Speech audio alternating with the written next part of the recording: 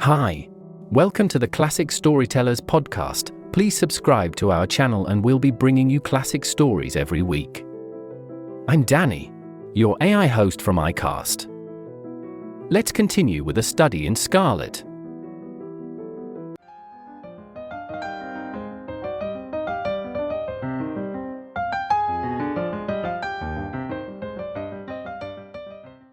Part 2. Chapter 6. A continuation of the Reminiscences of John Watson, Doctor of Medicine. Our prisoner's furious resistance did not apparently indicate any ferocity in his disposition towards ourselves, for on finding himself powerless, he smiled in an affable manner, and expressed his hopes that he had not hurt any of us in the scuffle. "I guess you're going to take me to the police station," he remarked to Sherlock Holmes. "My cab's at the door. If you loose my legs, I'll walk down to it. I'm not so light to lift as I used to be." Gregson and Lestrade exchanged glances as if they thought this proposition rather a bold one. But Holmes at once took the prisoner at his word, and loosened the towel which we had bound round his ankles. He rose and stretched his legs, as though to assure himself that they were free once more. I remember that I thought to myself, as I eyed him, that I had seldom seen a more powerfully built man, and his dark sunburned face bore an expression of determination and energy which was as formidable as his personal strength. "If there's a vacant place for a chief of the police, I reckon you are the man for it," he said, gazing with undisguised admiration at my fellow lodger. "The way you kept on my trail was a caution." "You had better come with me," said Holmes to the two detectives. "I can drive you," said Lestrade. "Good. And Gregson can come inside with me. You too, Doctor. You have taken an interest in the case and may as well stick to us." I assented gladly, and we all descended together. Our prisoner made no attempt at escape, but stepped calmly into the cab which had been his, and we followed him. Lestrade mounted the box, whipped up the horse, and brought us in a very short time to our destination. We were ushered into a small chamber where a police inspector noted down our prisoner's name and the names of the men with whose murder he had been charged. The official was a white-faced, unemotional man, who went through his duties in a dull, mechanical way. "The prisoner will be put before the magistrates in the course of the week. In the meantime, Mr. Jefferson Hope, have you anything that you wish to say? I must warn you that your words will be taken down, and may be used against you." "I've got a good deal to say. I want to tell you gentlemen all about it." "Hadn't you better reserve that for your trial?"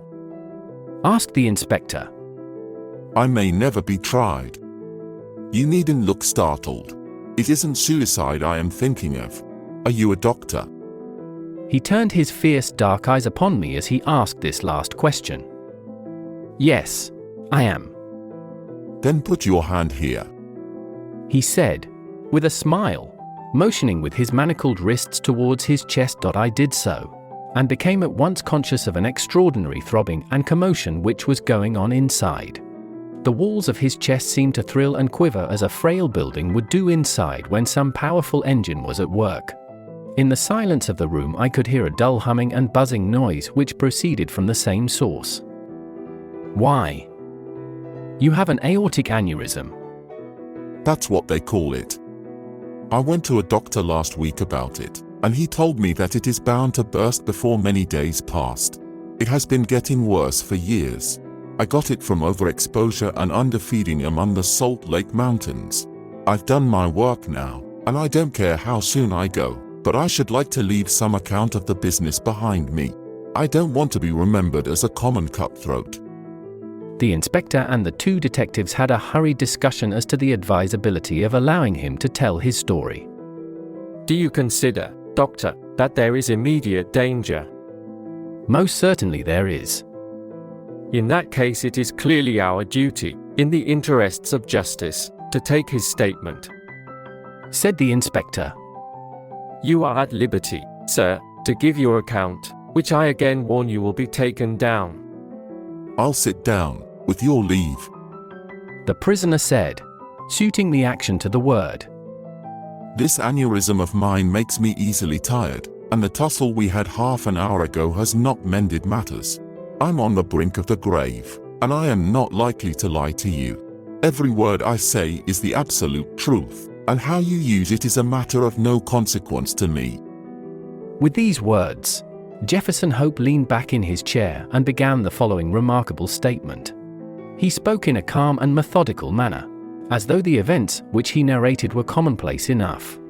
I can vouch for the accuracy of the subjoined account, for I have had access to Lestrade's notebook, in which the prisoner's words were taken down exactly as they were uttered.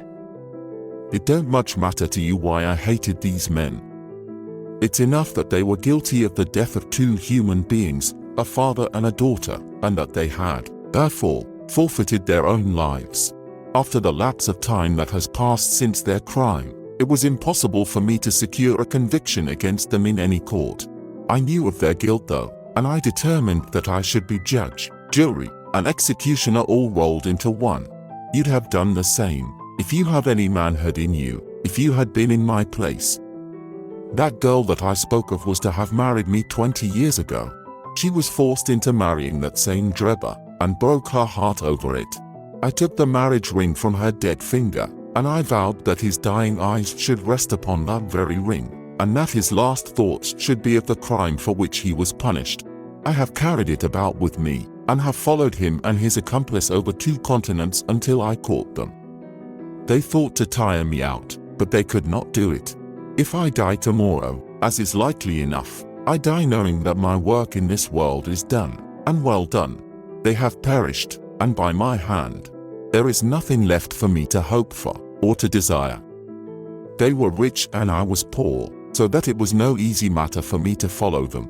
When I got to London, my pocket was about empty, and I found that I must turn my hand to something for my living.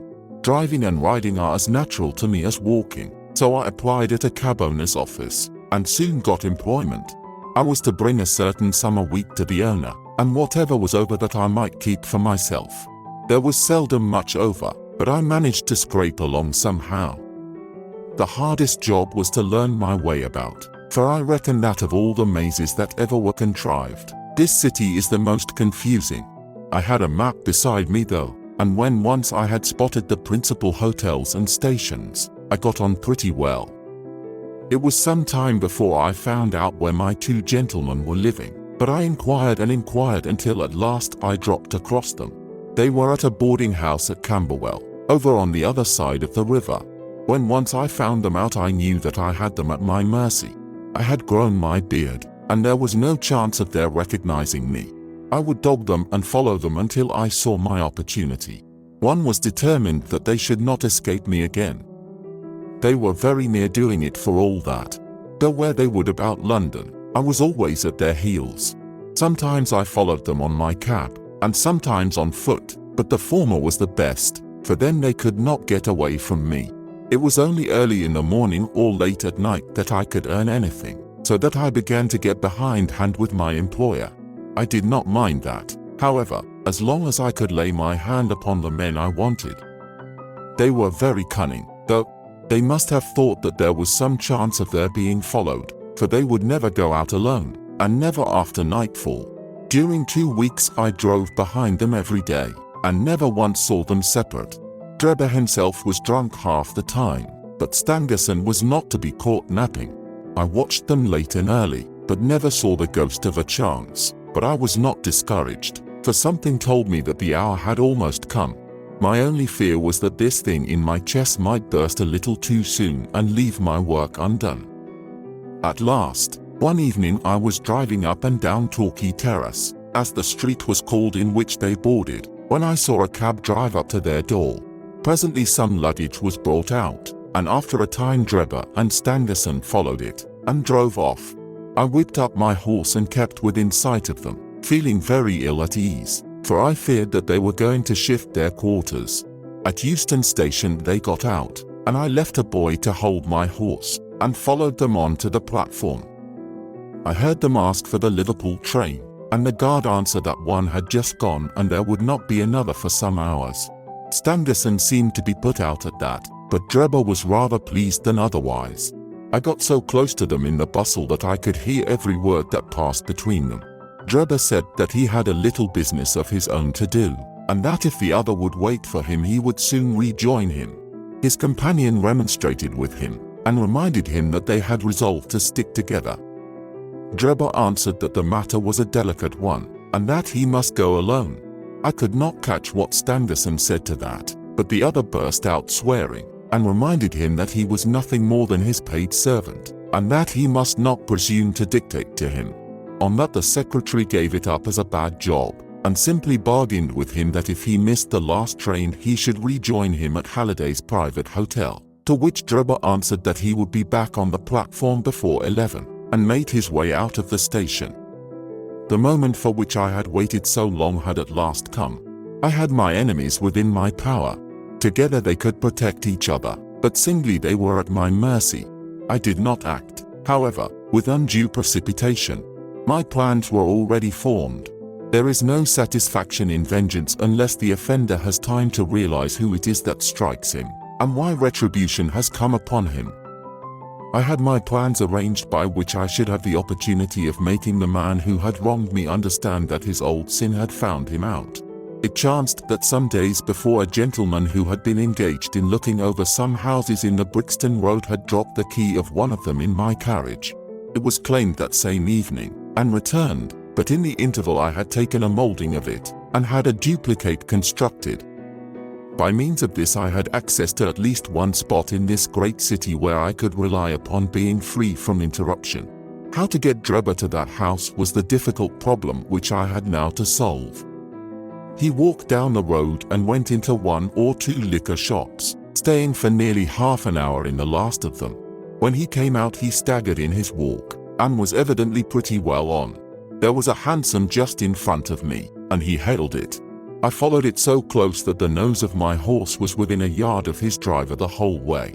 We rattled across Waterloo Bridge and through miles of streets, until, to my astonishment, we found ourselves back in the terrace in which he had boarded. I could not imagine what his intention was in returning there, but I went on and pulled up my cab. 100 yards or so from the house, he entered it, and his hansom drove away. "Give me a glass of water, if you please. My mouth gets dry with the talking." I handed him the glass, and he drank it down. "That's better." Well, I waited for a quarter of an hour, or more, when suddenly there came a noise like people struggling inside the house. Next moment the door was flung open and two men appeared, one of whom was Drebber, and the other was a young chap whom I had never seen before. This fellow had Drebber by the collar, and when they came to the head of the steps he gave him a shove and a kick which sent him half across the road. "You hound," he cried, shaking his stick at him. "I'll teach you to insult an honest girl." He was so hot that I think he would have thrashed Drebber with his cudgel, only that the cur staggered away down the road as fast as his legs would carry him. He ran as far as the corner, and then, seeing my cab, he hailed me and jumped in. "Drive me to Halliday's private hotel," said Drebber. When I had him fairly inside my cab, my heart jumped so with joy that I feared lest at this last moment my aneurysm might go wrong. I drove along slowly, weighing in my own mind what it was best to do. I might take him right out into the country, and there in some deserted lane have my last interview with him. I had almost decided upon this, when he solved the problem for me. The craze for drink had seized him again, and he ordered me to pull up outside a gin palace. He went in, leaving word that I should wait for him. There he remained until closing time, and when he came out he was so far gone that I knew the game was in my own hands. Don't imagine that I intended to kill him in cold blood. It would only have been rigid justice if I had done so, but I could not bring myself to do it. I had long determined that he should have a show for his life if he chose to take advantage of it. Among the many billets which I have filled in America during my wandering life, I was once janitor and sweeper out of the laboratory at York College.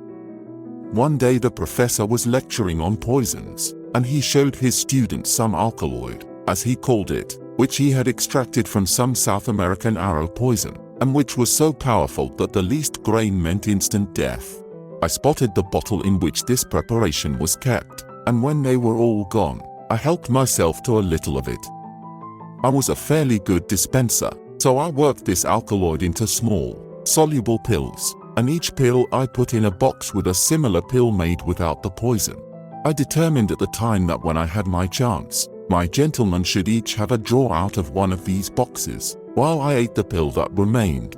It would be quite as deadly, and a good deal less noisy than firing across a handkerchief. From that day I had always my pill boxes about with me, and the time had now come when I was to use them. It was nearer 1 than 12, and a wild, bleak night, blowing hard and raining in torrents. Dismal as it was outside, I was glad within, so glad that I could have shouted out from pure exultation. If any of you gentlemen have ever pined for a thing, and longed for it during 20 long years, and then suddenly found it within your reach, you would understand my feelings. I lit a cigar, and puffed at it to steady my nerves, but my hands were trembling, and my temples throbbing with excitement. As I drove, I could see old John Ferrier and sweet Lucy looking at me out of the darkness and smiling at me, just as plain as I see you all in this room. All the way they were ahead of me, one on each side of the horse until I pulled up at the house in the Brixton Road. There was not a soul to be seen, nor a sound to be heard, except the dripping of the rain. When I looked in at the window, I found Drebber all huddled together in a drunken sleep. I shook him by the arm. "It's time to get out," I said. "All right, cabby," said he. I suppose he thought we had come to the hotel that he had mentioned, for he got out without another word, and followed me down the garden. I had to walk beside him to keep him steady, for he was still a little top-heavy. When we came to the door, I opened it, and led him into the front room. I give you my word that all the way, the father and the daughter were walking in front of us. "It's infernally dark," said he, stamping about. "We'll soon have a light," I said, striking a match and putting it to a wax candle which I had brought with me. "Now, Enoch Drebber," I continued, turning to him, and holding the light to my own face. "Who am I?" He gazed at me with glid, drunken eyes for a moment, and then I saw a horror spring up in them, and convulse his whole features, which showed me that he knew me. He staggered back with a livid face, and I saw the perspiration break out upon his brow, while his teeth chattered in his head. At the sight, I leaned my back against the door and laughed loud and long. I had always known that vengeance would be sweet, but I had never hoped for the contentment of soul which now possessed me. "You dog! I have hunted you from Salt Lake City to St. Petersburg, and you have always escaped me. Now, at last your wanderings have come to an end, for either you or I shall never see tomorrow's sunrise." He shrunk still further away as I spoke, and I could see on his face that he thought I was mad. So I was for the time. The pulses in my temples beat like sledgehammers, and I believe I would have had a fit of some sort if the blood had not gushed from my nose and relieved me. "What do you think of Lucy Ferrier now?" I cried, locking the door and shaking the key in his face. "Punishment has been slow in coming, but it has overtaken you at last." I saw his coward lips tremble as I spoke. He would have begged for his life, but he knew well that it was useless. "Would you murder me?" he stammered. "There is no murder," I answered. "Who talks of murdering a mad dog? What mercy had you upon my poor darling, when you dragged her from her slaughtered father, and bore her away to your accursed and shameless harem?" "It was not I who killed her father," he cried. "But it was you who broke her innocent heart," I shrieked, thrusting the box before him. "Let the high God judge between us. Choose and eat. There is death in one and life in the other. I shall take what you leave. Let us see if there is justice upon the earth, or if we are ruled by chance." He cowered away with wild cries and prayers for mercy, but I drew my knife and held it to his throat until he had obeyed me. Then I swallowed the other, and we stood facing one another in silence for a minute or more, waiting to see which was to live and which was to die. Shall I ever forget the look which came over his face when the first warning pangs told him that the poison was in his system? I laughed as I saw it, and held Lucy's marriage ring in front of his eyes. It was but for a moment, for the action of the alkaloid is rapid. A spasm of pain contorted his features. He threw his hands out in front of him, staggered, and then, with a hoarse cry, fell heavily upon the floor. I turned him over with my foot and placed my hand upon his heart. There was no movement. He was dead. The blood had been streaming from my nose, but I had taken no notice of it. I don't know what it was that put it into my head to write upon the wall with it. Perhaps it was some mischievous idea of setting the police upon a wrong track, for I felt light-hearted and cheerful. I remembered a German being found in New York with rash written up above him, and it was argued at the time in the newspapers that the secret societies must have done it. I guessed that what puzzled the New Yorkers would puzzle the Londoners, so I dipped my finger in my own blood and printed it on a convenient place on the wall. Then I walked down to my cab and found that there was nobody about, and that the night was still very wild. I had driven some distance when I put my hand into the pocket in which I usually kept Lucy's ring, and found that it was not there. I was thunderstruck at this, for it was the only memento that I had of her. Thinking that I might have dropped it when I stooped over Dreber's body, I drove back, and leaving my cab in a side street, I went boldly up to the house, for I was ready to dare anything rather than lose the ring. When I arrived there, I walked right into the arms of a police officer who was coming out, and only managed to disarm his suspicions by pretending to be hopelessly drunk. That was how Enoch Dreber came to his end. All I had to do then was to do as much for Standerson, and so pay off John Ferrier's debt. I knew that he was staying at Halliday's private hotel, and I hung about all day, but he never came out. I fancy that he suspected something when Dreber failed to put in an appearance. He was cunning, was Standerson, and always on his guard. If he thought he could keep me off by staying indoors, he was very much mistaken. I soon found out which was the window of his bedroom, and early next morning I took advantage of some ladders which were lying in the lane behind the hotel, and so made my way into his room in the grey of the dawn. I woke him up and told him that the hour had come when he was to answer for the life he had taken so long before. I described Dreber's death to him, and I gave him the same choice of the poison pills. Instead of grasping at the chance of safety which that offered him, he sprang from his bed and flew at my throat. In self-defense, I stabbed him to the heart. It would have been the same in any case, for Providence would never have allowed his guilty hand to pick out anything but the poison. I have little more to say, and it's as well, for I am about done up. I went on cabbing it for a day or so, intending to keep at it until I could save enough to take me back to America. I was standing in the yard when a ragged youngster asked if there was a cabby there called Jefferson Hope, and said that his cab was wanted by a gentleman at 221B, Baker Street. I went round, suspecting no harm, and the next thing I knew, this young man here had the bracelets on my wrists, and as neatly shackled as ever I saw in my life. That's the whole of my story, gentlemen. You may consider me to be a murderer, but I hold that I am just as much an officer of justice as you are. So thrilling had the man's narrative been, and his manner was so impressive that we had sat silent and absorbed. Even the professional detectives, blasé as they were in every detail of crime, appeared to be keenly interested in the man's story. When he finished, we sat for some minutes in a stillness which was only broken by the scratching of Lestrade's pencil as he gave the finishing touches to his shorthand account. There is only one point on which I should like a little more information. Sherlock Holmes said at last. Who was your accomplice who came for the ring which I advertised? The prisoner winked at my friend jocosely. I can tell my own secrets, but I don't get other people into trouble. I saw your advertisement, and I thought it might be a plant, or it might be the ring which I wanted. My friend volunteered to go and see. I think you'll own he did it smartly. Not a doubt of that. Now, gentlemen, the inspector remarked gravely. The forms of the law must be complied with. On Thursday, the prisoner will be brought before the magistrates, and your attendance will be required.